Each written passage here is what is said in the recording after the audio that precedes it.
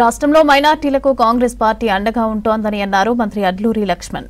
హైదరాబాద్ రహమత్ నగర్లో శ్మశాన వాటికకు 2500 గజాల స్థలాన్ని కేటాయించింది ప్రభుత్వం. ప్రొసీడింగ్ కాపీలు మైనార్టీ జేఏసీ కమిటీ సభ్యులకు అందజేశారు మంత్రులు.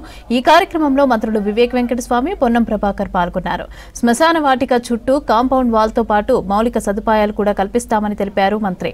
ఎస్సీ, ఎస్టీ, మైనార్టీలకు అన్ని విధాలా న్యాయం చేసేందుకు కాంగ్రెస్ సర్కార్ కృషి చేస్తోందని అన్నారు మంత్రులు. ఈ రోజు కూడా మైనార్టీలకు ఈ రాష్ట్రంలో ఇంత గొప్పగా గుర్తింపు రాలేదు.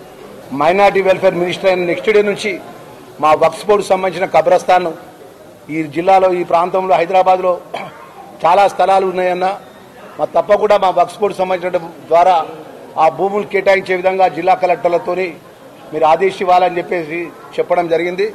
దానిలో భాగంగా మా కార్పొరేషన్ చైర్మన్ ముఖ్యమంత్రి గారి దృష్టికి తీసుకెళ్లిన వెంటనే మీరు ఏదో ఎన్నికలకు సంబంధించినటువంటి విషయంలో కాదు, మొదటి నుంచి దేశంలో మైనార్టీలకు, దళితులకు, బలహీన వర్గాలకు, పీడిత వర్గాలకు అండగా ఉన్నది కాంగ్రెస్ పార్టీ.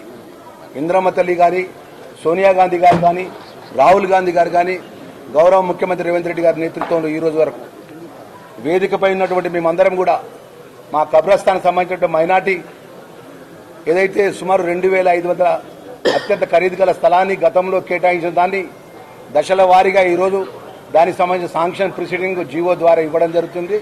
తప్పకుండా మా వక్ఫ్ బోర్డు సంబంధించినటువంటి ప్రత్యేకమైనటువంటి నిధుల ద్వారా ఏదైతే మా వక్ఫ్ బోర్డు కమిటీ ఉంది దానికి సంబంధించినటువంటి మా అధికారులతో కూడా మాట్లాడి ఆ ప్రత్యేకమైన నిధులు కేటాయించే విధంగా సాధ్యమైనంత వరకు గౌరవ ముఖ్యమంత్రి గారి అనుమతితో నిధులు ఇస్తాన్న విషయాన్ని కూడా మనవి చేసుకుంటూ, మా మైనార్టీలకు సంబంధించినటువంటి ఏదైతే గౌరవ సోదరులు ఉన్నారో ఆ కుటుంబాలు అన్ని విధాలు ఆదుకునే విధంగా ఈరోజు ఏదో మేము ఇచ్చేటువంటి ల్యాండ్ అవుతున్నదో ఇంకా భవిష్యత్తులో ఇంకా ఎక్స్టెండ్ కావాలన్నా కూడా ప్రభుత్వ నిబంధనలకు అనుగుణంగా కూడా తప్పకుండా ఇచ్చడానికి ప్రభుత్వం ఆ మైనార్టీ వెల్ఫేర్ మినిస్టర్గా నేను మాట ఇస్తూ